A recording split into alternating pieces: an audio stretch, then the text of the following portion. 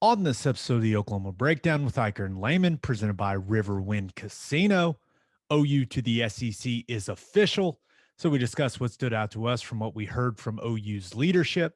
In Football Guys Talking Basketball, we break down what Sam Presti and the OKC Thunder did in the NBA draft. And to finish up, we give you our winners and losers of the weekend. Please download and subscribe to the podcast, rate it 5 stars, and write us a good review. Follow the show on Twitter, Instagram, Facebook, and YouTube. Just search Oklahoma Breakdown on any of those, and you'll find us. All right. Our man Michael Hosty will kick this thing off. It's time for the Oklahoma Breakdown.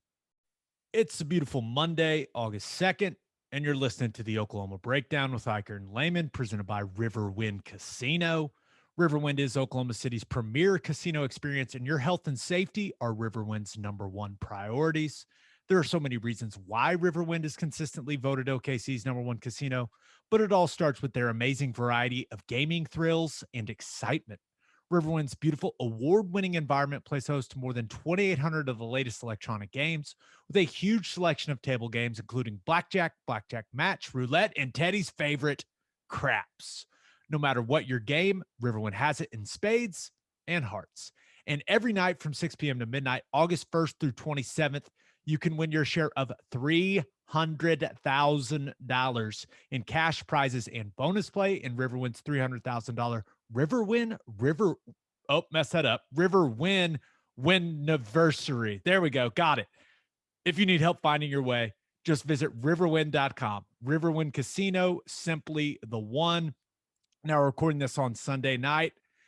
Ted, I feel like I've watched like 500 different sports this weekend with the Olympics, Formula One, soccer. I'm watching the United States and Mexico are playing in the Gold Cup right now. It's just like I have consumed so many different sports. My brain hurts. No, I get it. I've watched, I've been just watching the Olympics for the most part. So I've gotten a lot in some gymnastics, some diving, some BMX, which am I the only person that thinks that all of those skateboarding and BMX and all that stuff should not be an Olympic sport? And I like it. I think it's fine, but I don't know, man. I don't get it.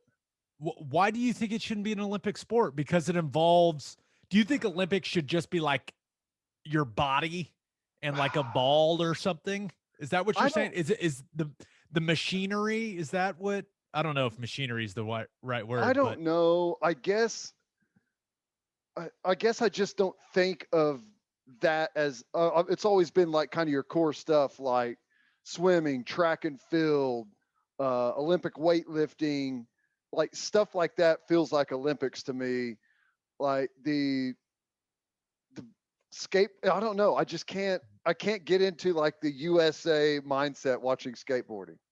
Wait till I think it's 2024. I'm pretty sure breakdancing becomes an Olympic sport. I could be wrong. I may have just made that up but for some reason I think that's right. Happening.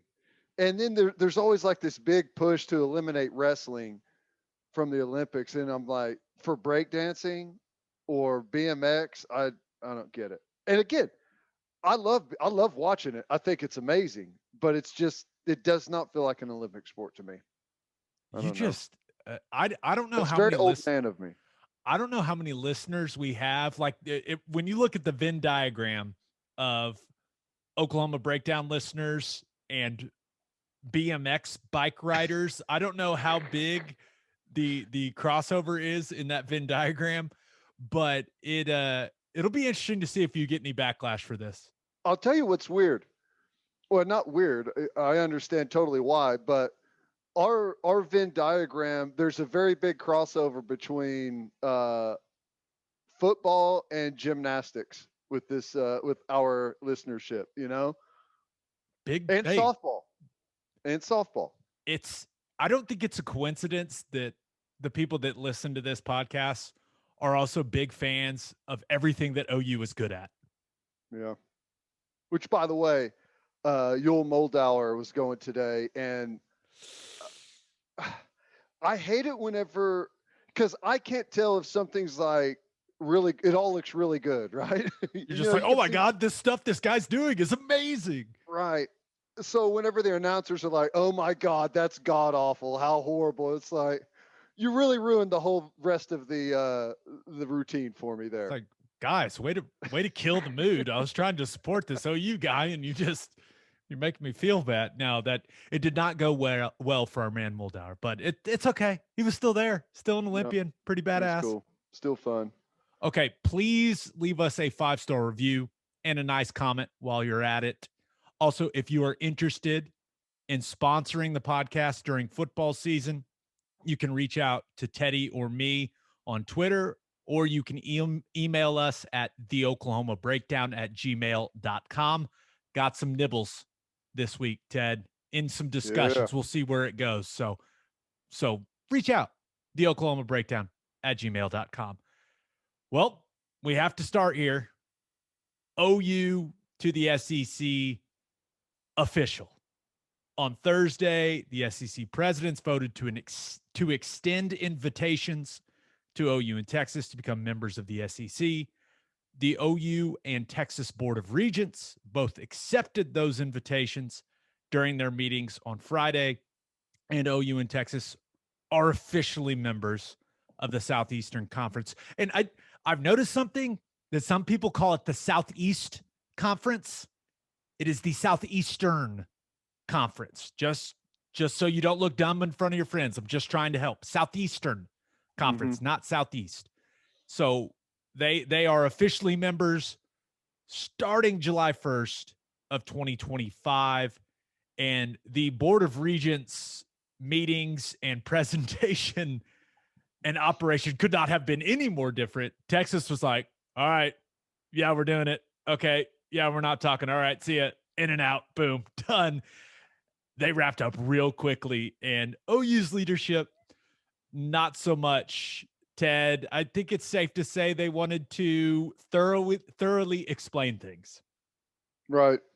Well, because I guess Texas was getting pushback for a different reason, right? With A&M, Oklahoma was getting pushback for leaving another state institution behind. Kind of it was weird dynamic, complete opposites. Texas's member state institution is like, hell no, we want to be the only ones in this club. You're not coming. And obviously us, we're belling, and it's like, come, please take us with you. So it was weird. So Oklahoma was in a position where they kind of needed to explain themselves a little bit more from getting so much heat on the other side. Yeah, we'll get to some of those reactions from some Oklahoma State people. But first, let's kind of hit the highlights of what Joe Harris, the president there at OU, and Joe Castiglione, the athletic director, said. Spoke publicly, and I thought what Joe C had to say was solid. And as we all assumed, this was not the timing they wanted on this announcement and this entire thing. Now, Joe C is a classy guy. He didn't come out and say, Texas A&M, you ruined it. Thanks a lot. But he did say, and it was clear that it bothered him that he didn't get to talk to the people that he has grown very close to over the last couple decades in the Big 12 about this first. And it's all Texas A&M's fault, Ted. Absolute clowns that they moved this timeline up the way that they did. And you could see as Josie was talking about it, how much it bothered him, I thought. Yeah, and I totally get that. This is a massive decision and with huge ramifications, good and in some cases bad. So to not be able to go about it on the time frame that you hope or you plan is worrisome. But you know what? With something this big, I'm shocked they kept it secret as long as they did. Like whenever you're talking about something like that, all it takes is just someone to say, yeah, I heard they're kind of maybe in talks. And that is it. It's out. And that would run crazy. So the fact that they were negotiating this for so long that it never got out is pretty impressive. So I mean, I do get it. But it really doesn't matter. Like, had it happened at a different time frame, I mean, would it have landed any easier? No, it's just, and we'll see how long this takes, right? But it just makes it more awkward now. Yeah. And I have always lived by the saying, awkward is what you make it. So if if the other 8 Big 12 teams want to make it weird and awkward, that's on them. That's their problem. Yeah. Well, I believe um, the angst over wondering how and when to break the news to somebody is probably worse than just ripping the band-aid off like it's happened here over the last, I don't know what, 14, 20 days. Yeah, but the problem is when I rip the band-aid off, and I'm telling you, I am a rip the band-aid off guy. I'm not, slow. It's also like I'm not a dip a toe in the pool guy. I'm like, hey, shock the system all at once. Let's jump in. That's kind of how I live life. But I want to do it on my timetable, if That's that right. makes sense. Like if I'm That's gonna right. rip that band-aid off, I want to know I'm ripping it off and I'm making the decision. If I'm jumping in that pool, I'm doing it. I don't want Texas Yeah. A&M deciding when I do it. You know what I'm Yeah. saying? Do you understand my analogy? No, no, I do. A&M definitely came up without us knowing and ripped our band-aid off. Okay. Yeah, we tough. Snuck up behind us, pushed us in the pool. That's right. Well, hey, all of that considered, I thought the meeting by the regents and Joe C and the things they said, President Harris, all went down about as good as you could imagine. Yeah, I thought Joe C had the line of the day when he said, "Standing pat would mean falling behind." I thought that was something you could print on a poster or put Right. in a press release. That was solid. I thought President Harris said some really good things, and some of the things he said, going through the reasoning, and I know he went through every single reason in detail of what led to this decision, but one thing really stood out to me, and it was what he said about the Big 12 being last in line for media rights deals. And he basically said that the research they did, the discussions they had, that they thought if they didn't make this move, eventually OU athletics may have ended up having to use money from the academic arm of the university or money from the state government to subsidize athletics. And when he said that, I was like, what? That just lets you know that the discussions they had about the various options, the different ways they could go with this, like when they explored the Big 12 option, the feedback they got was alarming, like very alarming. When he was saying that stuff, I was like, holy shit, man. Yeah, no wonder you're leaving. That's crazy that, and I don't know like that they're how much less they thought maybe they were going to get in the future or what those negotiations were going to be like. I mean, you accompany that with a ever increasing budget. I mean, it's crazy to think because OU produces a ton of revenue. They're one of the few schools out there that doesn't borrow from the general fund or the state governments. Totally self-reliant. So to think that that is in danger, it tells you a couple of things. Number one, the cost of doing business for those athletic departments to stay competitive, to stay at the front of the line, it's really, really, really expensive. But then on the other side, it's like you're tied to a conference, and I've been saying it forever that it's holding you back. I believe the Big 12 has been holding Oklahoma back for monetarily, competitively. There's a bunch of different reasons. So yeah, I mean, whenever you get into that, that makes people reconsider if they were frustrated about it or didn't like it. That right there kind of tells the tale. Yeah. And I think the other thing that a lot of people are talking about is what he said about Oklahoma State. Said basically they tried to bring Oklahoma State with them, but the SEC didn't want to. I mean, he didn't come out right and say that, but that was kind of my interpretation of things. he said it in a much nicer way. He said like it's not what the market we're operating in would allow or something. He said it. Right. He sounded very nice and very smart saying it, but he did make it clear that OU still wants Bedlam, which I thought was very important. And I don't think that anyone that heard him speak doesn't think he means that. I still don't understand why some OU fans don't want Bedlam. And now you've got tweets from Dr. Shrum there at Oklahoma State on Sunday where I just don't understand it, Ted. Like the president of Oklahoma just came out and said, we want Bedlam. And Oklahoma State's president reaction is in a tweet, and it says, many have asked about the future of Bedlam. We enjoy the intensity and tradition of whenever we play OU in any sport. Right now, there are too many unknowns to determine what the future holds. No, there are not. There are not too many unknowns.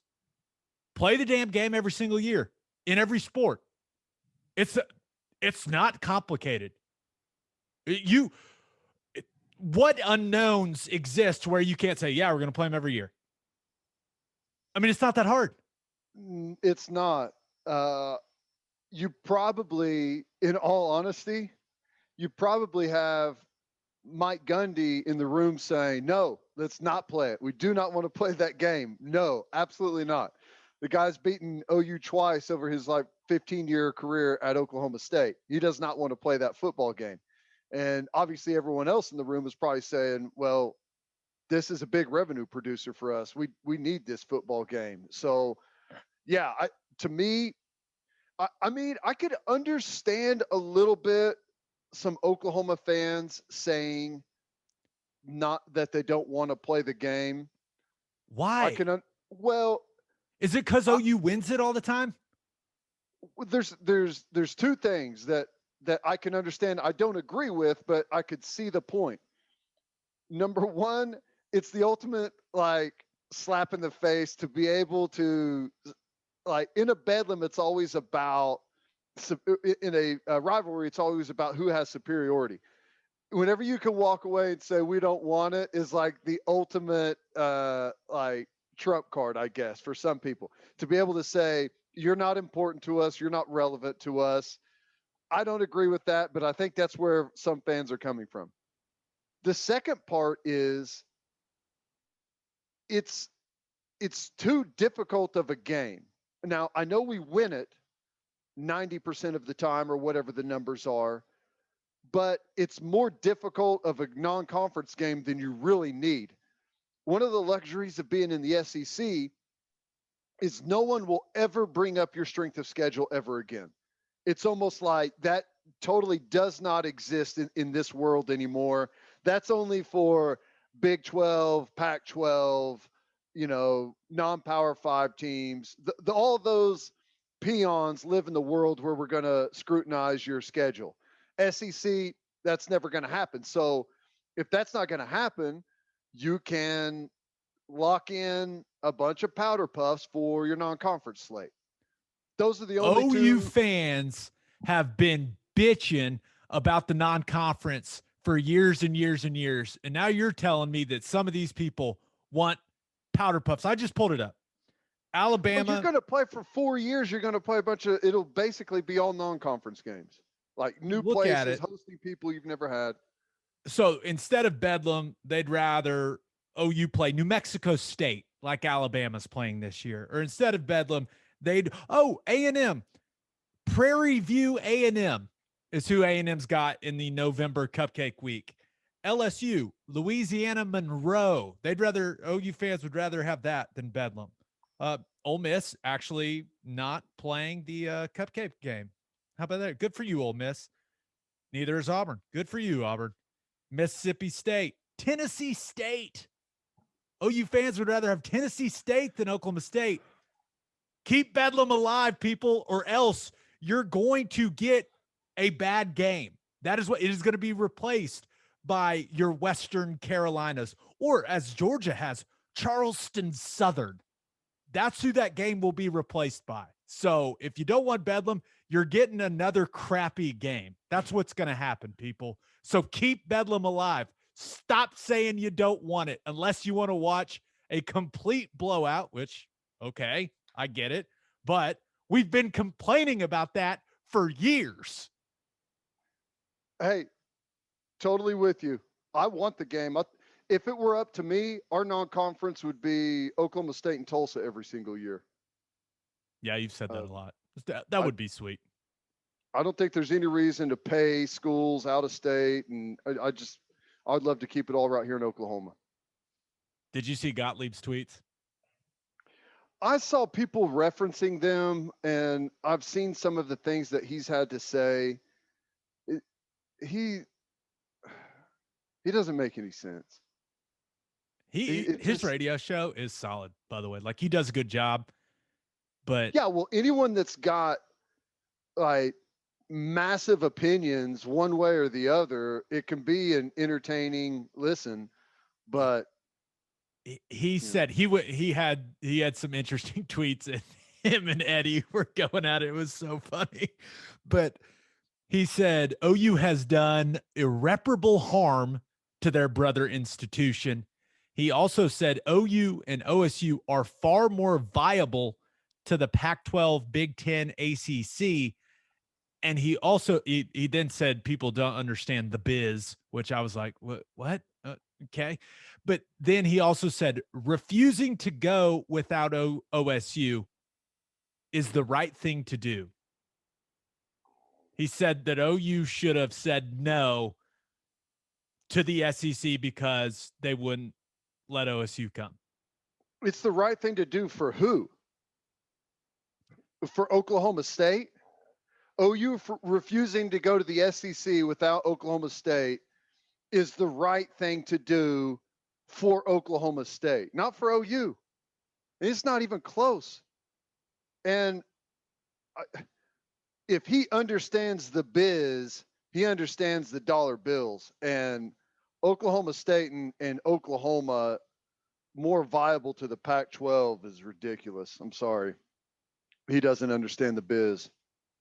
Yeah, I saw that and I was like, wait, does he really not think that Joe Harris and Joe Castiglione explored all the options? You know, looked at all the different possibilities, going to different conferences, received feedback, asked the right questions to the right people, and then took all of that information, digested it, and then landed on the decision that they landed on. Of course, that's what they did. The Pac-12 is dead. I don't even know why he brings up the Pac-12. That's ridiculous. Oklahoma and Oklahoma State have nothing in common at all with anyone in the Pac-12. It's not a football region. I mean, it's just not. It's not what they do. It's professional sports. There's some great fan bases in the Pac-12. Like Oregon's got really good football fans. USC's got great fair weather fans when they're good. People show up. Washington does have a good fan base, but it's just a fact, man. People out there don't care about football the way that people care about it here in the state of Oklahoma. I mean, it's just the truth. And yeah, I don't think no one's going to enjoy, or that's definitely not true. I won't enjoy if Oklahoma State just like falls off the map after this. And I don't think they're going to. I think this is going to actually be a good thing for Oklahoma State. I know that's hard to believe. They may not bring in more money or as much money as they're bringing in now off TV contracts, but they may win more football games.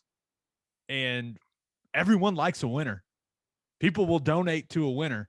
So we'll see. But the backlash is, I mean, it's to be expected, but some of it, I just hear these people like, and it's like they don't think that Joe Castiglione, who's the best athletic director in all of college athletics, didn't look at every option and like made this decision lightly. And he actually came out and made sure people knew that he did not make this. They did not make this decision lightly. So I don't know, but it was confusing. Did you watch the SEC special on No, SEC Network? I didn't. I think that came on while I was doing my show Friday. Yeah, so I DVR'd it. Our man Dari Noka, friend of the show, did a great job playing point guard. Herb Street tried to kill it with just I don't know what was going on. He was in a somber mood about the whole thing. It was weird. His statements that he made were like he doesn't like where college football's going and how it's people are forgetting the rivalries and the traditions and it's all about money. Apparently he's only okay with himself making money. There may not be one single person in the entire country who has benefited more financially off of college football than him. And that includes all of the coaches. I don't know how much he makes a year, but it's a bunch. And he's been going to the bank off of college football. But it's only okay for him. It's not okay for anyone else, apparently. That's a tremendous point, Ted. And to his defense, he was like, can I get used to OU playing Georgia and playing Bama and playing A&M? He's like, yeah, I can. So, but it was a really somber tone until he got into that. And OU fans I don't know how they're going to process.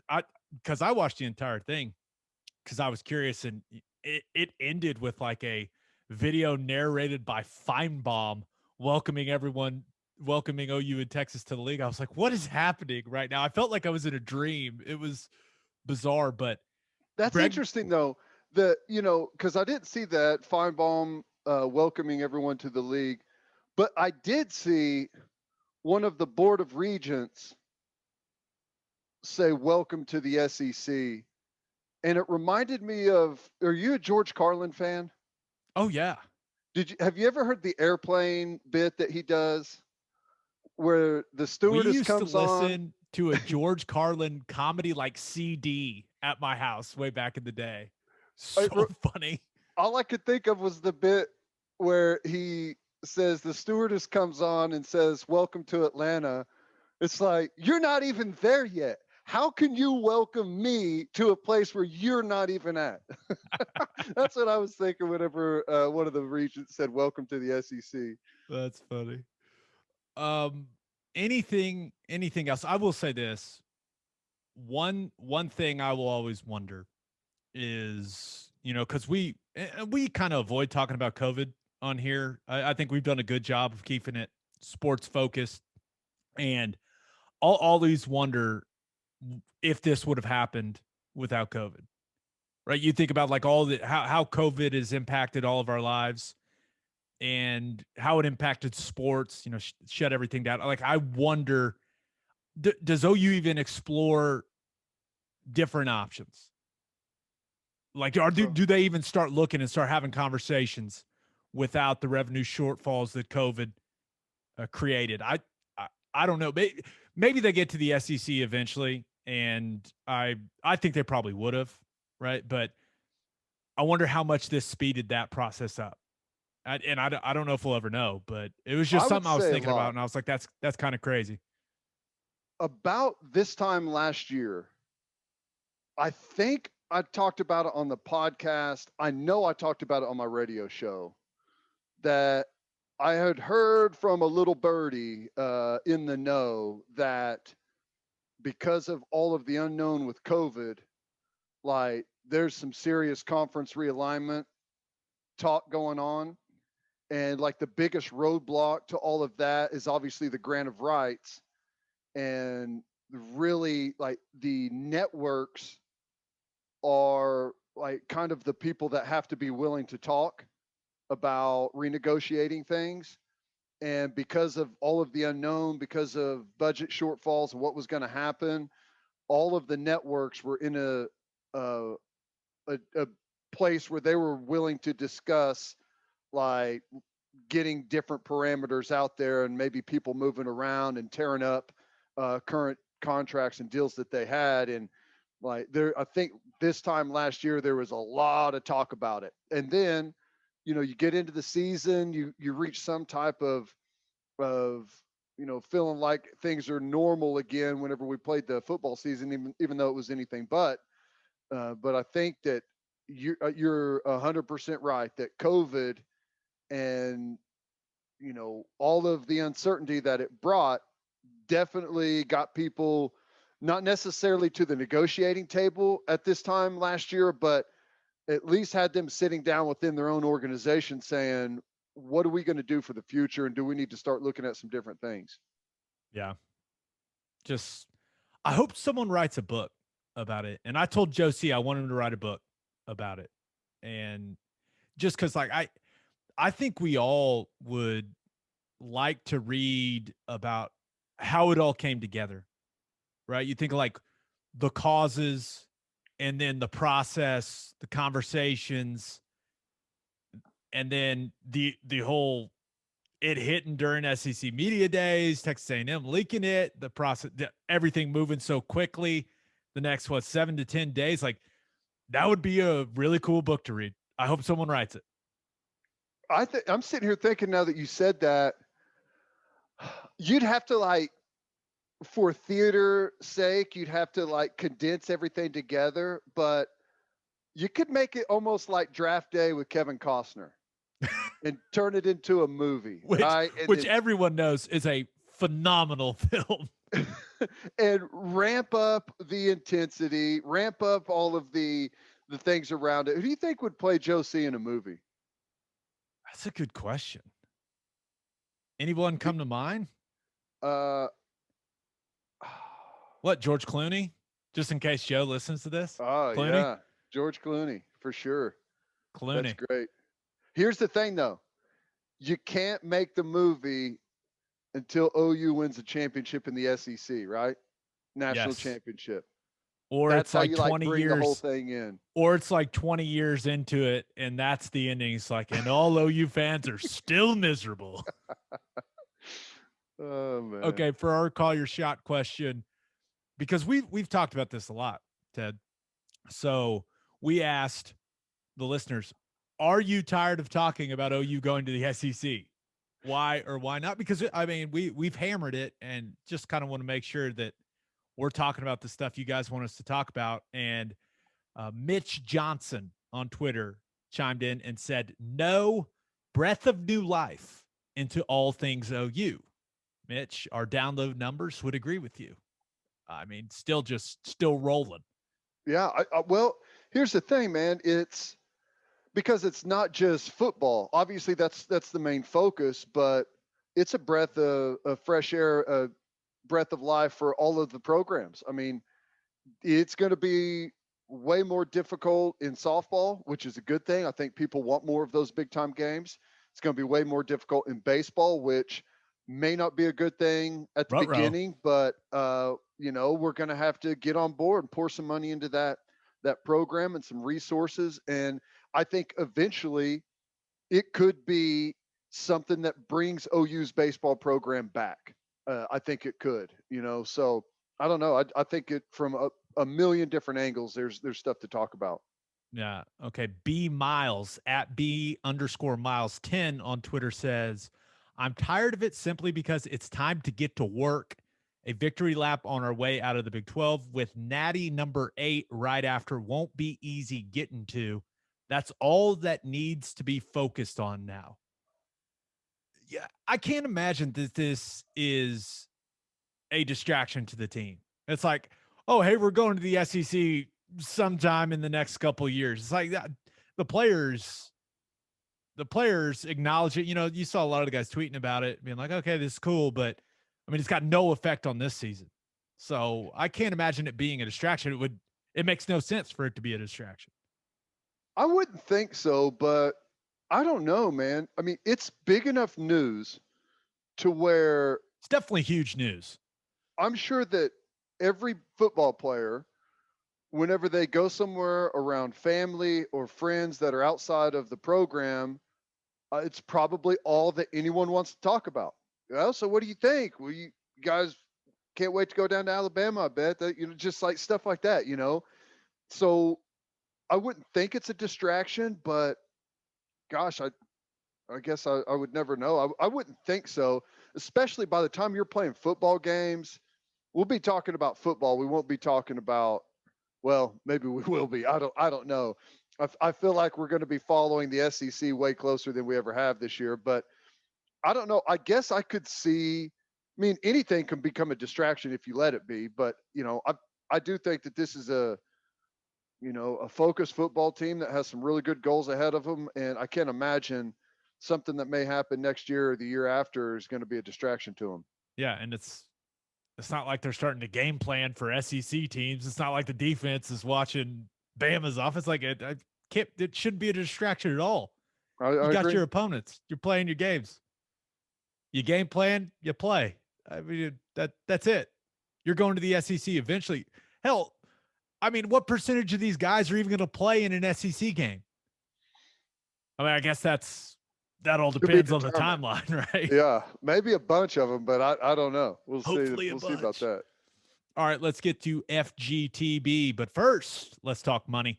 First Fidelity Bank is a full service financial institution based in Oklahoma, tailored solutions for all your personal and business needs. Checking accounts, saving accounts, home loans, and much more. They do it all. Whether it's online banking from your computer or mobile banking from your phone, everything is stress free with FFB. Making mobile deposits, paying bills online, and moving money to different accounts could not be easier. First Fidelity Bank also provides free ATMs worldwide, making banking convenient wherever you are. They also give back to the community. FFB donates a total of more than $500,000 to local charities and educational foundations. Make your life easier and go bank at First Fidelity Bank. Visit ffb.com for more information. And make sure you send your kids to Bishop McGinnis Catholic High School. Bishop McGinnis Catholic High School has a long tradition of educational excellence. With a 12-to-1 student to teacher ratio, no student is overlooked. Bishop McGinnis's college prep curriculum offers 22 AP courses. There are numerous clubs and organizations for students to join, and as a proud member of the OSSAA, there are 14 sports offered. If you want to provide the best possible educational and spiritual development for your children, contact Bishop McGinnis Catholic High School or visit bmchs.org. Financial aid is available. Football Guys Talking Basketball, FTG. That's not right. FGTB. But letters are hard. Oklahoma City Thunder. They drafted some guys. And I will say this. When Jalen Suggs fell to 5, it made me hate the Los Angeles Clippers even more for tanking that game, because the Thunder should have been in position to, at the very least, draft Jalen Suggs, who a lot of people think is going to be an all-star caliber player. So I want to get that out of the way first. But God, the Thunder could have had him. Damn it. But they do draft with the 6th overall pick an 18-year-old Australian, Josh Giddey. Teddy, he's 6'8". He's got great hair. He's got a great accent. Your thoughts? Well, I'm just like you. I would have loved to see them take the Suggs kid. I don't know why they didn't. They've only got a billion picks that they could trade to move up a slot, and maybe they tried that and the cost was just way too much. Giving up a bunch of picks, but we talked with Royce about that, and my goodness, that you feel like that's the reason you stockpile all those things, is to move up and take someone. The Giddey kid from Australia may end up being fantastic. I don't know. I suck at predicting whether basketball players are going to be good or not. I will predict this. He will be popular amongst the fans. Okay, good. Because he's got a great accent and he's handsome. Easy. Boom. And really, that's all that matters, Of course. Really, if they're going to lose games, at least we're going to enjoy how the guys look, It's such a Thunder pick that it drives you insane. It's like we need something to latch onto, to be excited about, and we pick a guy that nobody has ever heard of or seen play. There's no connection to him whatsoever. So it's hard to get excited about it. But, There's some good comparisons out there. Someone was like, "Can you believe they took Giddey at 6?" And I was like, "Yes, of course I can believe it. It's the most Sam Presti draft pick of all time. What do you mean, can you believe it? You know you have to study the international guys when you're dealing with Presti. It's always an option." Now, okay, I went down a Josh Giddey rabbit hole. And after everything I could find YouTube clip wise and all the reading I did about him, this appears to be the consensus. He is an elite passer. He's got the size right at 6'8", and he's got great vision, makes his teammates better. Sounds like he is a great teammate. And you heard Presti kind of talk about how high character of a guy he is and how all the guys they drafted are. But he just can't defend and he can't shoot. So, Which, okay, can't those shoot are yet. both huge requirements in the NBA. Now, you don't have to have both of them at the same time, but you have to have one of them. I reached out to one of the guys at the Ringer and asked him about Giddey. I was like, "Tell me about it." He goes, one of the terms he goes, "He's a below the rim athlete." I was like, "What?" Which is hard to do when you're 6'8". Which, hey, we'll see. You below the rim athlete. I thought that was so good. But okay. I think him and Shea will be a really fun backcourt to watch. And shocker, Shea didn't get traded. He's about to sign a max extension also. So what it sounds like. But I think they'll be really fun to watch eventually. I'm not sure when we're going to start having fun watching them, but it did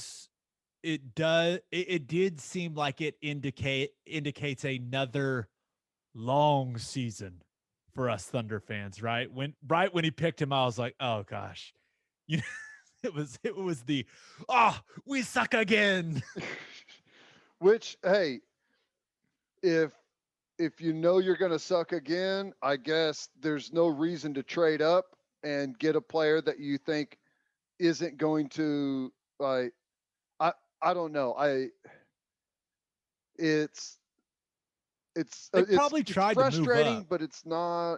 I'm sure they tried, but it's hard to move up in what everyone considers like a 5-person draft. It's hard to move up into those 5. It's going to cost you a lot to move up. Especially when 5 is Orlando and they've missed on draft pick after draft pick after draft pick, and they they're like, "Oh my God, what we're the luckiest people alive." And that's why I think Jalen sucks. Like, it's just not going to work. He's in Orlando, just not going to work. Yeah.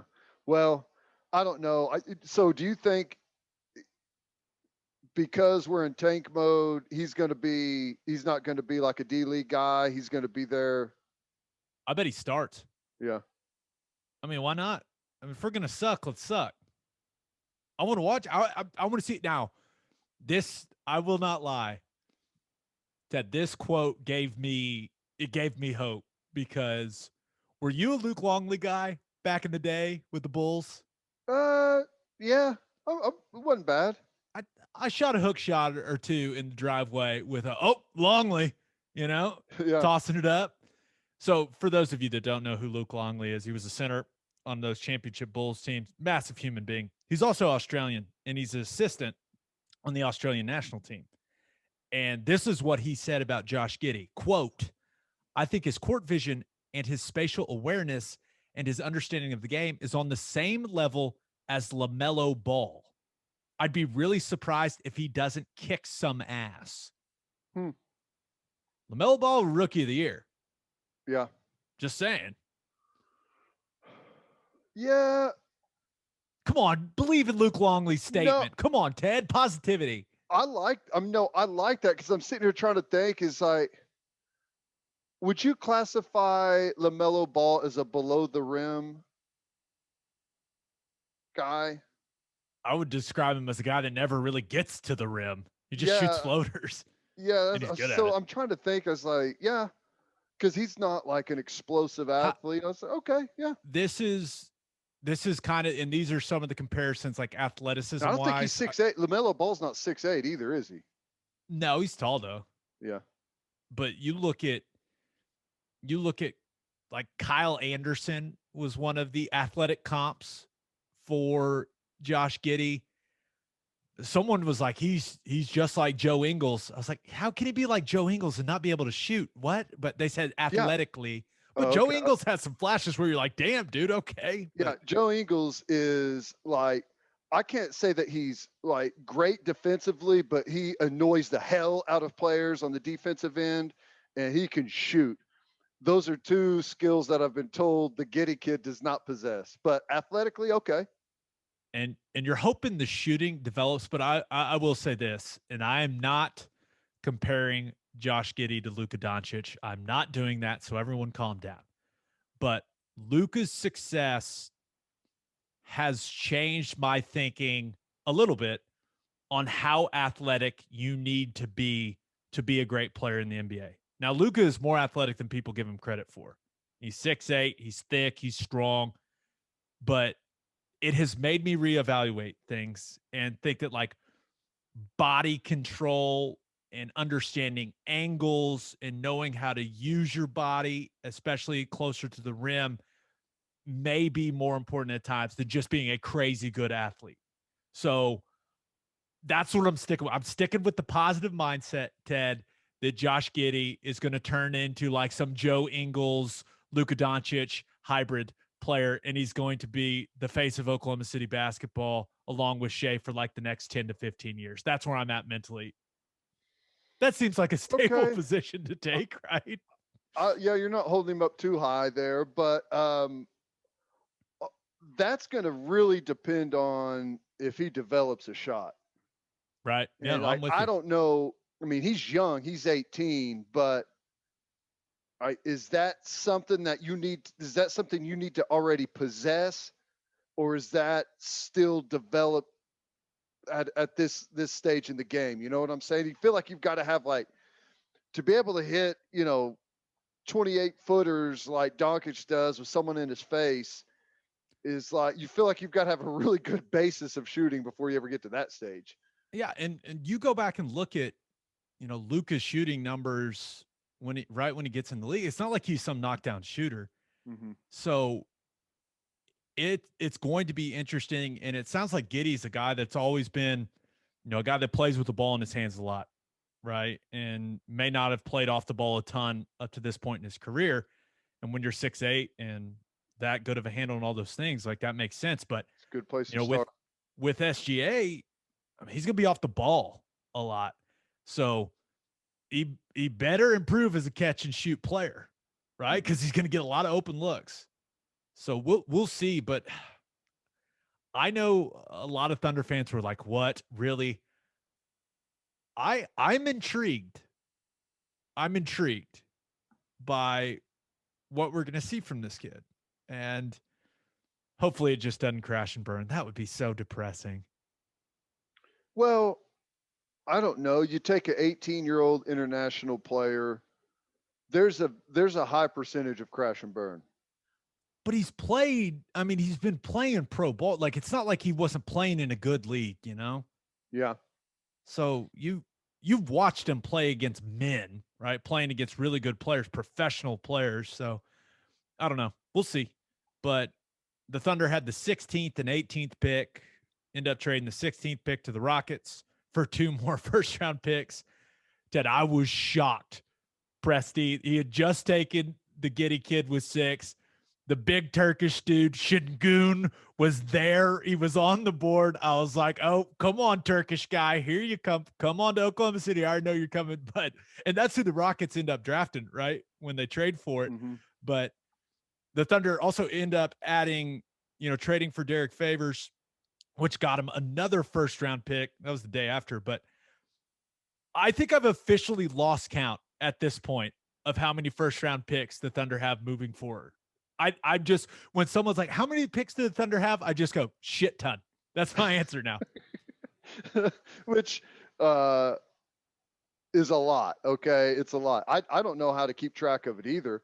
I quite frankly gave up trying to keep track of how many are there and at what years they have them and what's protected and what's not. I know the number. It's 17 in the next 7 years still.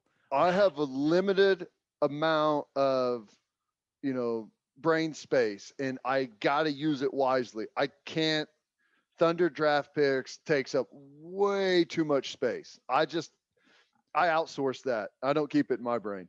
Yeah, no, I'm with you. But they end up drafting Florida's Tre Mann with the 18th pick.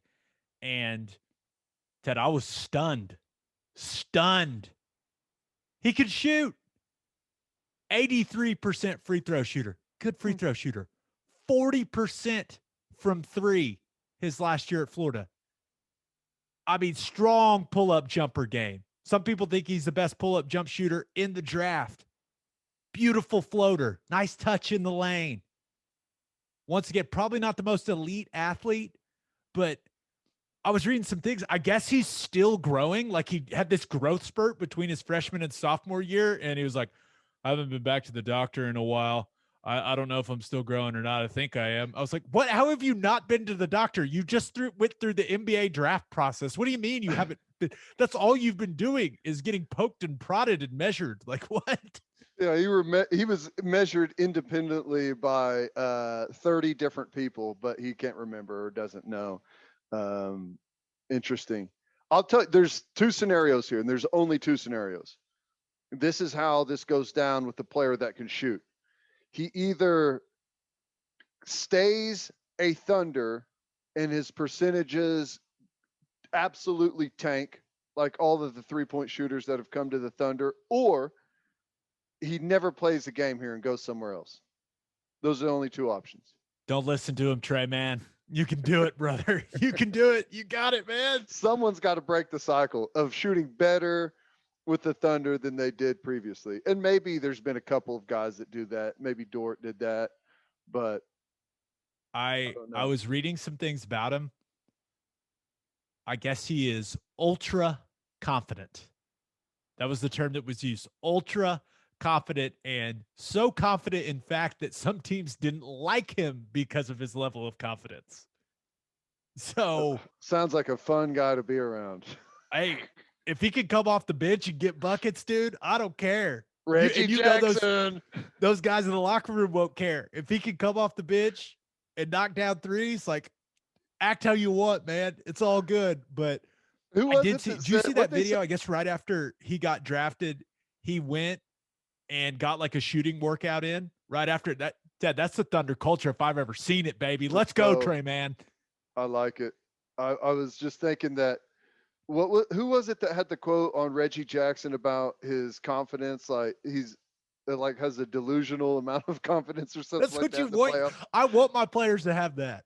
That's right. It's good. That's what you need. And then the Thunder end up taking Jeremiah Robinson-Earl, Villanova product, who I actually liked to watch playing. They're in the early second round, packaged a couple picks because they knew he was going to go at 33, get him at 32. Plays really hard. We'll see if he's a guy that can help him. Maybe a small ball 5 for the second unit or something like that. You can never have too many guys that bring the energy, Ted. So a couple other picks, but those are kind of the main ones I wanted to hit on. Are you pleased with Presti? It's hard to know. It all depends on Giddey, right? Yeah, it's frustrating to say, or it's frustrating to know that we had all of those picks, all of those assets. You would hope you're stockpiling those to be able to package something to move up and take a player that you really like. It's hard to know what people were asking for that they weren't able to do that. So I trust that they tried and it wasn't worth it to them. So I'm happy. Does it make you feel better? Because it certainly made me feel better when I started reading these reports. Does it make you feel better that sources say that Golden State was going to take Giddey at 7? Because it made me feel better. I was like, well, if Golden State wants him, then yeah, we want him too. Right? It made me, I was like, okay. Because it did. A lot of people's reaction was, wow, 6 is high for Josh Giddey. But if Golden State was going to take him at 7, then Makes me feel Yeah. better about it. I don't know if that makes any sense, but it does. That's how I feel. Yeah. If Yeah, as long as you feel there's safety in numbers, right? If other people were kind of thinking the same thing that you were, then it makes you feel a little bit better about it. And you can always later say, well, Golden State was going to take him at 7. It couldn't have been that bad. They had the same information we did. So, yeah. Yeah. All in all, I'm fine with it. It's not what we had hoped whenever we were in the depths of a tank season and hoping about the upcoming draft, but there's always next year. We could be worse next year and have a better pick. So there's that to look forward to. Well, that's one way of framing it, man. All right. Let's get to our winners and losers of the weekend. But first, do you own a business? If you do, you need Insurica in your life. Insurica is one of the country's largest insurance brokers with 30 offices throughout Oklahoma, Texas, and the Southwest. Insurica is able to customize programs by accessing the latest information from many insurance carriers. They compare and contrast coverage offerings and pricing in order to design a cost-effective, comprehensive program to meet your business's specific needs. Insurica's clients become best-in-class businesses by working with Insurica's team of advisors to manage risk. Purchasing insurance is only one way to protect your business. Best-in-class businesses win by avoiding a loss in the first place. If your business partners with Insurica, you'll save huge amounts of money and take back control of your total cost of risk. I'm an Insurica client, and you should be too. If your business wants to be best in class, connect with Insurica at insurica.com. That's INSURICA.com. And guys, summer is here, and you know what that means. It is hard seltzer season, baby. And there's only one hard seltzer that we drink on this podcast, and that is Will and Wiley Hard Seltzer from Coupe Ale Works. It's perfect for any occasion. We drink it by the pool, at the lake, and at the tailgate. It's made in Oklahoma, and it is absolutely delicious. Will and Wiley is customized for the Oklahoma lifestyle. Go find it right now in a store near you and go follow them on social media at Will and Wiley. If you're drinking some of because of us, tag them, let them know. As always, Ted, kick us off. Who do you have as your winner of the weekend? Well, I thought about going with Kawhi Leonard because it looks like he's going to turn down the $36 million option and become a free agent. Now, maybe he re-signs with the Clippers. That's what some people have said that he's expected to do. But when you turn down $36 million of guaranteed money, that means there's some really, really, really good things ahead of you. And be able to sign another max deal, extend that out if he wants to. He's got a lot of options on the table, and he's going to make a ton of cash coming up. What do you think, he's going to stay with the Clippers? So I was very confused when he opted out, because if he opts in, he can actually make more money from the Clippers. And I saw Bobby Marks put something out there. He said the smart play has always been for Kawhi to opt in to his $36 million contract and then sign a 4-year, $185.5 million extension that would start in 2022. Although Leonard would lose $3.3 million in 21, he would be awarded with a $50.2 million salary in the last year. Because Kawhi has been with the Clippers for only 2 years, he doesn't have full bird rights. The early bird rule would restrict Leonard to a 4-year, $176.2 million contract if he declines the option. So if he would have opted in, he would have locked in himself for $217 million over 5 years. Since he didn't do that, he is going to make 176 over 4. I'm not very good at math, but one of those numbers is bigger than the other. Well, yeah, I guess it all comes down to Which what is that? It's a great reminder that none of us have any clue how the NBA salary cap or those contracts work. I was like, because I was the same as you. I was like, oh, he opted out. Of course he did. He's going to get a boatload of money. And Bobby Marks, the kind of the cap nerd, was like, wait a second, this is weird. Well, here's the thing, though. It's not that. The big difference is, what is that 5th year worth? 5 years down the road, who knows what he's going to be able to sign for as an unrestricted free agent. But the problem with him is he keeps getting hurt, Ted. No, it's true. Yeah, it's true. There's no doubt. I guess the availability to maybe move or look at a different place has to be worth something as well. But who knows what the landscape of the NBA looks like 4 or 5 years from now? You may look back and say, "Gosh, revenue's gone down. He could have locked himself into this huge deal. What a mistake!" Or could say that the players continue to get a bigger share, revenue's gone up, and because of that, that fifth year is going to be worth way more. So it was smart that he didn't lock himself into it. I don't know. I don't think he's going to sign a 4-year deal. I think he's going to do what we all thought Durant was going to do. Keep signing the 1-year stuff. The one, remember when we all were talking about Durant re-signing with the Thunder before he left for Golden State, right? Mm-hmm. We're all talking about, hey, he's going to sign a 1-and-1 to get himself to, what was it, like the 10 years of service or whatever.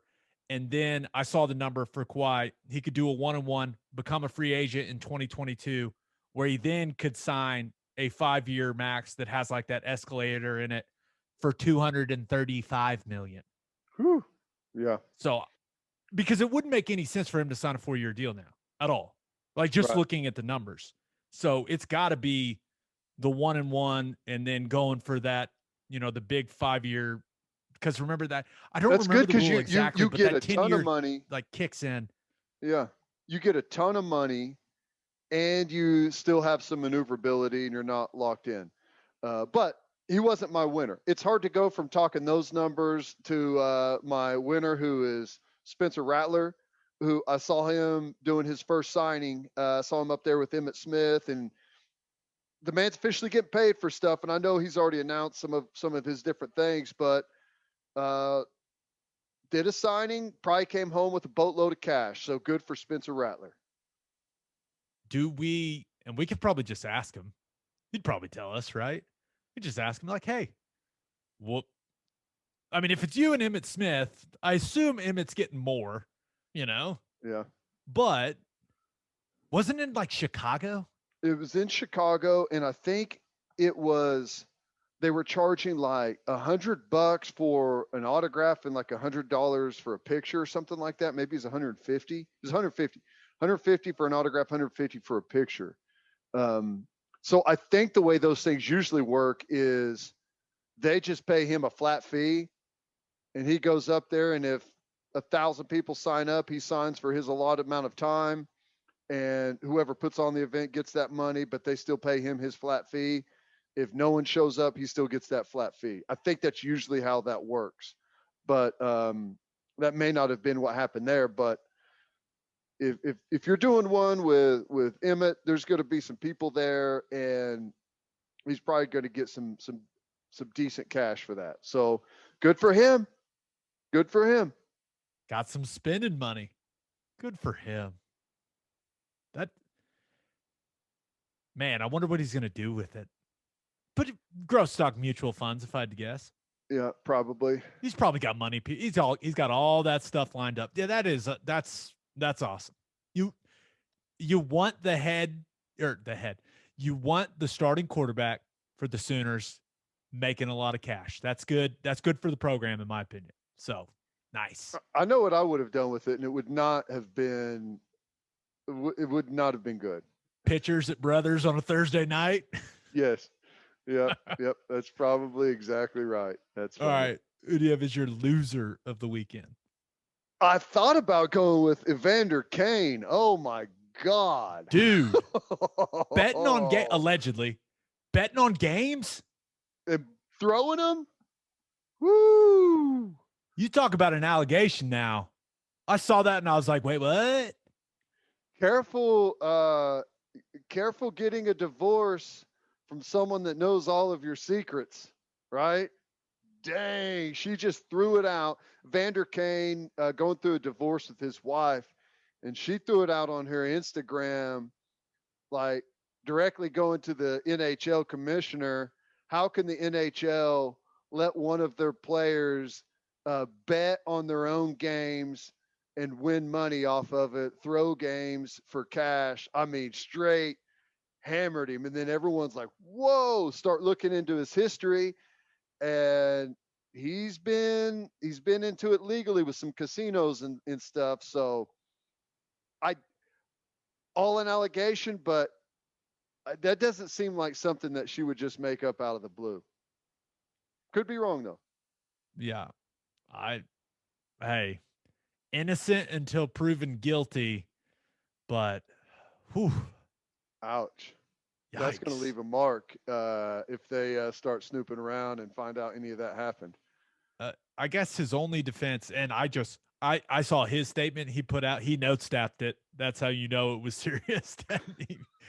He note staffed it, but he did point out that he did have like his most consistent and like one of his statistically best seasons recently. So I don't know. I don't watch a ton of NHL until the playoffs, so I don't watch a lot of the Sharks. Roasted. Yeah. I thought about that, and he definitely would qualify. But Buffalo Bills maybe moving to Austin, Texas, amongst other cities out there. The apparently ownership, they are under contract through the 2023 season there, and are asking for a $1.5 billion deal to build a new stadium. The state of New York's going to have to figure out a way to come up with some funding to build a new stadium. It's basically an ultimatum thrown out there by Buffalo, and there's talks of some other cities, Portland, Austin, small Portland. group of yeah, that right. doesn't seem good, but they've thrown it out there. So I don't know, man. I look out, Bills Mafia. You take away, that's all they have up there. That's it. You take away their NFL franchise, and they are not gonna be happy. We have both lived Right there, whenever they Ted. get good. We have both lived there. There is no way in hell the Buffalo Bills are leaving Buffalo. I would be shocked. I can't, you're right. I cannot imagine that town without that team. The Sabres are awful too. So it's like, there's no way. That team gives a lot of people in that city purpose.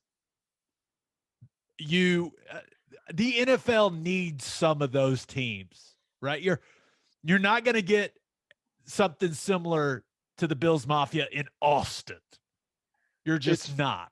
I'll tell you what's funny. Of all of the teams ever in the NFL, like there's been some teams that have moved, right? The Rams have moved, the Raiders have moved, the Cardinals have moved. You're just reminding me. Have you ever seen basketball? God, it's been forever. There's that scene where they talk about the pro teams moving to different cities, Yeah. and he's like, and the St. Louis Jazz moved to Utah where they don't allow music. Well, so good. Here's the thing, like of all the franchises that have moved and kept their name, it all just kind of ends up making sense. The Austin Bills really does not make any sense at all. It only makes sense in Buffalo. So I don't know. You're probably right. I wouldn't think that the government there would allow that franchise to head out of town, but guess you never know. Other governments have messed around long enough to watch a team leave. So I don't know. We'll see. Yeah, that would suck. Okay. Are you looking to buy or sell a house in the OKC metro area? I just used the Ronaldo Cloud Group to sell my old house, and it was so easy and stress-free. Stacia Ronaldo and Maddie Cloud are with Sage Sotheby's International Realty. They believe in prompt communication, an honest relationship, and luxury service, and that is exactly what they gave me. You can reach them by emailing Stacia at sagesir.com. That's STACIA at SAGESIR.com. Or you can contact them on Instagram at @soldbystacia and @soldbymaddie_. You will not regret it.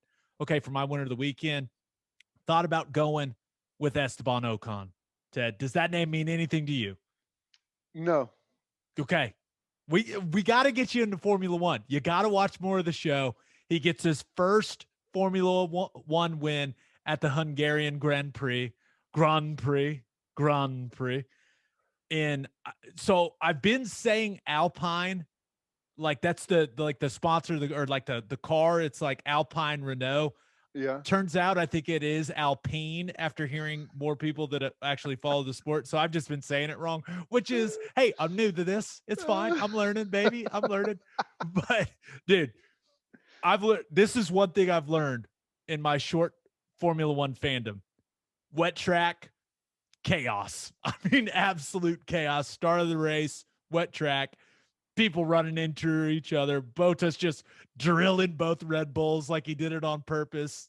it was madness. But Ocon owes a lot to his Alpine teammate Fernando Alonso for refusing to let Lewis Hamilton pass for what seemed like forever. So Ted, I didn't know what they called it, but car in front of the other, and the guy that was in front of him, best Formula One driver in the history of the sports behind him, got the best car, Mercedes, name's Lewis Hamilton. You've probably heard of him, but I mean, Fernando Alonso is in front of him, and his teammate is in first place. He's in fourth, and he is just blocking Hamilton all over the track for like multiple laps. And I was going to tweet and make like a man, Fernando Alonso, basically the 85 Bears with this defense. But I didn't know if that's what you called it. I was like, what do you call this? Is it like blocking? Do they call it blocking? Should I make an offensive line joke? I was trying to make a football related Formula One joke, and I didn't know enough about it. But so I tweeted and asked. I was like, okay, what do you call this? What's he doing? And it's defending or defense. So the joke would have landed. Like two people that follow me on Twitter would have gotten it, but I should have trusted my gut. Damn it. You should have made a video asking and saying, what's this guy for Alpine Renault doing blocking? So I knew you say it Renault because of the show. Alpine hasn't showed up in the show yet. That's going to be in the new season. That's great. Damn it. Such a noob. It's okay. Awesome. At least I know I am. I will say Alonso playing defense in front of Hamilton, not letting him by. Maybe the most entertaining thing that I've watched so far in my short F1 fandom. But it was pretty cool, dude. I like that you're getting into this. I'm going to have to. Sunday morning, what else are you doing? You want the list? That's a good point. But I need. So where are you watching it? It's on ESPN. Okay. Like it's a big, like you wake up in the morning, it's on ESPN. Boom. First thing Sunday morning. I need to start doing that. That'll be good. And it's kind of like you don't have to pay that close of attention. One thing that you'll love about it, I love when you can just tell how much announcers love their sport. Dude, the Formula One guy, I don't know his name. I know his voice. I don't know his name. This dude brings it every single race, bro. I mean, no lulls. He is pedal to the metal excitement the entire time. It is exhilarating, bro. That's awesome. That's awesome. Makes my day. All right, but my winner of the weekend, Suni Lee. And I think I'm saying that right? That's how everyone's saying it, right? Yes. Okay. Yes. Because she wins bronze in the uneven bars. She wins silver as part of the USA in the team competition. But she wins gold for the red, white, and blue in the all-around. And, yeah, we all know that if Simone Biles would have been in the right headspace, that Suni Lee wouldn't have won. We know that. But Simone Biles wasn't in it, and she capitalized in the moment, man. I mean, and it was awesome seeing her perform. It was awesome seeing her family's reaction. It was just really cool. And winning a gold medal is really good. There's no doubt about it. But she is my winner of the weekend, Ted, because she may have some of the best timing I've ever seen in sports. You graduate high school, like 2 months ago or whatever, May, I assume. She's 18 years old. You graduate high school. You go win gold in the all-around in the Olympics. and she is now heading to college. She will be going to Auburn in the fall, where she will be able to make boatloads and boatloads of cash with the new name, image, and likeness rules. It's amazing. It's She's going to be gymnastics. rich, bro. Like, Yeah. not like doing okay. She is going to be rich. Absolutely. Absolutely. Because, I mean, you think of even gymnasts at Oklahoma, like Maggie Nichols has a huge following, and she would have made a ton of money at OU during her time if the NIL was up and running at that point. But yeah, dude, win the gold in the all around, that's going to be worth some serious cash. You think about gymnastics and like swimming, some of these sports where they go to the Olympics whenever they're 17, 18, 19 years old, got a chance for a huge payoff. As Auburn's gymnastics coach Jeff Graba said, thank goodness for NIL. That guy's going, yes, yes. But it's just funny because everyone thought, and we just talked about Rattler, right? Probably made a lot of money off that signing. She's going to make a lot more money than Rattler. I mean, Rattler's probably only going to be one year. It ain't close. I haven't looked at her Twitter, but it's all about your reach and like how many followers you have on Twitter. That's like the most important thing. Like it's about. She has 1.2 million followers on Instagram. There you go. I think Rattler has like 55, 60,000 on Twitter. That ain't even in the same stratosphere right there. So Rattler 378,000 on Instagram. Yeah, he's got some work to do to catch old Suni Lee. And I was that's thinking only about going to grow really quickly, but with her. And I was thinking about like, okay, realistically, what type of money will she be able to bring in? And I realized like I couldn't even venture a guess. So I went and looked up Brian Harsin and Bruce Pearl's contracts, and Harsin makes $5.25 million a year, and Bruce Pearl makes $3.9 million a year. And I was like, is she going to get in that route? I was like, is she going to be one of the highest paid people on Auburn's campus? And I was like, I can't imagine. She's going to be one of the 4 or 5 highest paid people on that campus, I bet. I think she'll make more than that. If you have like 1 million followers on a social media site, you get paid like $100,000 for a tweet. Just like whatever it is, that's like, if you can hit 1 million people instantly, like targeted that quick, that's how much that's worth, that direct marketing. So she'll make probably way more than that, I would think. So awesome. It's crazy, man. Let's go, Suni Lee. Way to represent for the red, white, and blue. As you know, Ted, I'm all about watching America win in the Olympics. That's why I watch. Okay, for my loser of the weekend, I thought about going with all men, and this includes me, all men that were watching Olympic swimming with their significant others, because Caleb Dressel, my goodness, that bod, those tats, that is one hunk of man meat. And I've never been someone that had trouble talking about how attractive I think a man is. And he would get out of the pool, and then he cried, and somehow he made that hot. I was like, what are we doing? I mean, Andy won 5 gold medals. I mean, so he's got the fame. This guy. He's got all of that. He's got the looks, and then he's going to show his emotional side on national television as well. Well, that's the trifecta he just hit there. Yeah. So if any guys listen to this and be like, dude, why are you talking about him like that? If you haven't seen the guy, straight smoke show of a man. Like, it's just deal with it. Get more comfortable with yourself, because that dude is straight up hot, Ted. And guess what? Guess what I did Sunday? I swam in the I don't know pool. if I want to. I was Okay, like, good. you got to get Good. right, man. Got to get like Dressel. Go hit some laps, huh?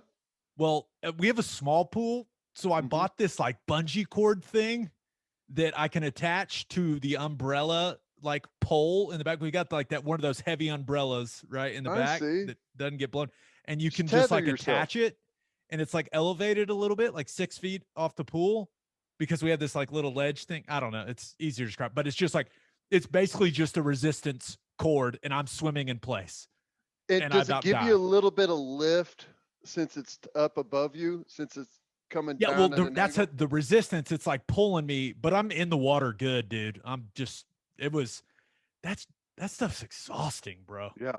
No wonder Yes. Caleb Dressel looks so good. My God. I was on the swim team in junior high, man. And good. Well, I was then, yeah. I have to go through see if I can find some old speedo pictures. Yeah, now we're talking. Now the group of like the housewives of OKC that I was told that watch this on YouTube every once in a while together, they're gonna want to see those. Well, I was in junior high, so probably not. Okay, good point. Yeah, I'm gonna leave that alone. I'm gonna leave that one alone. All right, but I also thought about for my loser of the weekend. Thought about going with Hideki Matsuyama, right? And he won the Masters this year. He's having a good year, people, but was only one back with 4 holes to play. Ended up not even medaling. Got knocked out on that first playoff hole. You know, battling for the bronze with all those other guys. Putting let him down, Ted. But luckily, our man Schauffele, Xander Schauffele, representing the red, white, and blue. You talk about putting, dude. That dude was unconscious with the That flat stick. course was awesome. I loved that course. It was beautiful. That was sweet. That was fun watching the shocking. Well, I guess it's not shocking, but the Olympic golf has been. I think that's been pretty cool to watch and to follow. I I think it's like my favorite thing I've watched so far. It's pretty good. Like I Yeah, really enjoyed it. I don't know why. Maybe it's because I'm playing more golf, but yeah. I don't know. It was great. But my loser of the week, college football playoff expansion. Eesh. The 12 team CFP, because I think we were all expecting the CFP management committee to get the CFP board of managers to approve the format when they meet in September. And I always thought that once that got approved, that they'd be able to renegotiate the TV deal with ESPN and they'd be able to make it work where the 12 team playoff was going to start in like 2023, kind of at the latest. That's kind of what I was thinking. Well, Ted, OU and Texas are going to the SEC, and all the fallout from that, it appears it has changed the timeline for the 12 team college football playoff. Now, I still think that is happening. I still think we're going to get that format. It just seems like it may take a little longer. The uncertainty of what will happen to the remaining 8 members of the Big 12 has people wondering what the format for the new version of the college football playoff should be. It's weird because it seems the most vocal person when it comes to delaying approval appears to be the new Pac-12 commissioner, George Kliavkoff, who basically said he thinks this all will delay expansion approval. And he said that they need to find a format that works for everyone based on more people's input. So we'll see where this all goes. But Greg Sankey's response to what Kliavkoff had to say was so funny to me. He basically was like, and he didn't say these exact words, but it's kind of how I interpret it. He was like, yeah, the new guy doesn't really know what he's talking about. I He mean, doesn't understand the biz. he does, yeah, he doesn't understand the biz. But he basically, I think he even said like, well, he hasn't called and like asked us about anything or like asked anyone. So yeah, but I also thought Sankey, he was like, yeah, I don't really care if it expands or not. The SEC's getting in, right? We were doing this for everyone else. And yeah, old George out there in the Pac-12, well, I don't know if he wants a team in or not, but I still think it's going to get done. But there's also some rumors now, because remember that deal's up in 2025, right? That initial TV deal now, with everything that happened, Bob Bowlesby expressing so much disappointment at ESPN. There's some rumors now that the decision makers may just want to have the college football playoff TV rights hit free agency, is kind of the way it's been described. Let a bidding war break out for the college football playoff. And I've read some things that they even could take like an NFL playoffs approach where, hey, maybe Fox gets, the quarters, and maybe ESPN gets the semis, and maybe, a streaming service gets the final, like where they could break it up. Like draft it, how they do everything else, be able to pick whatever games. Yeah. I think ultimately that would be the best. That's how you get the most money, right? That's how you would maximize the revenue that you would bring in. You let them bid against each other, as opposed to just, now we'll see. But I thought reading about that was pretty interesting. And I'm sure Bob Bowlesby's going, yeah, I know ESPN wants it, but maybe we should take it to the open market. I could see our man Bob wanting that to play out after his recent tiff with the worldwide leader. Here's the thing. This is all posturing. Whenever you've got a chance to get 12 teams into the playoff, and you're all of these group of 5 conferences, Big 12 now, maybe without OU, who's the only person from the Big 12 that's made the playoff, Pac-12, who hasn't gotten anyone in, the last thing they're going to do is say, no, let's wait until 2025 to make more money. Let's wait until these deals run out. What's another 5 years? I mean, that's a long, long time in college football. Look what's happened over the last 6 months. Can you imagine the world we live in 5 years from now? So it's all posturing. It's all negotiation, throwing it out there into the public sphere, letting the SEC think about it, let ESPN think about it. They'll find a way to get to a 12-team playoff in 2023. There's too much money to be made. Right. There's too much money to be made. There's too many conferences and teams that stand to benefit to just say, nah, let the SEC continue to make all of the money by getting 2 teams in every year. No, that's not going to happen. Do you think Sankey just calls Kliavkov and is like, okay, what do you want? Like, what's your format? He's like, well, I wanted it to be fair. I want to get it. Definitely want one of our teams in. He's like, okay, yeah. Well, I don't know if you know this, George, but you guys have missed it quite a few times. So if we expand it, then you'll probably get a team in. Maybe some years you'll get 2, and it'll be like, oh, okay, yeah, yeah, you're right. That sounds better. Yeah. Or, hey, your champion will automatically get in the new format, and if I do that for you, you gotta help me out, right? There's got to be some at-larges, and then all of a sudden he's convinced him to do a 12-team playoff. Yeah. Here's what I would say if I was Sankey, I'll call it. Hey, George, just wanted to call and thank you for going to bat for us publicly like that. That was awesome, because I was worried that we're going to have to go to a 12-team playoff, get a bunch of different people involved, but we're going to be able to keep the monopoly on everything right now. 5 years, man, we're going to be able to drain everyone else in college football over the next 5 years. And whenever everyone goes to renegotiate after that, they won't have anything to stand on. Appreciate you, bud. Click. Yeah. I wish when you hung up your iPhone, it made the click, like like if it was an option. That is an app idea. Well, like back in the day, with the landline, like if you were mad, oh, what? No, blah, blah, blah. And like you're on the phone with someone, and then you hit them with a click, and that's straight up disrespectful, right? Yeah. And you can even jostle the phone on the plastic before you hang up. So they know you're extra pissed. Right. You can do that. There should be, you could have an app where you've got your hang up options, like a super angry click or like a confused, like I'm Like if you're I'm trying, going into a tunnel. Click. right? Yeah, huh? It probably exists. We're Probably. probably talking. There's probably like literally 15 of those options in the App Store.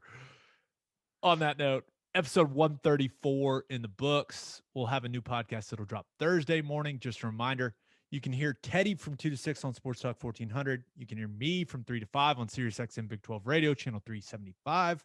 Hope you all have a great week. Until next time, we appreciate y'all for listening and do what you always do, Oklahoma. Take care of each other.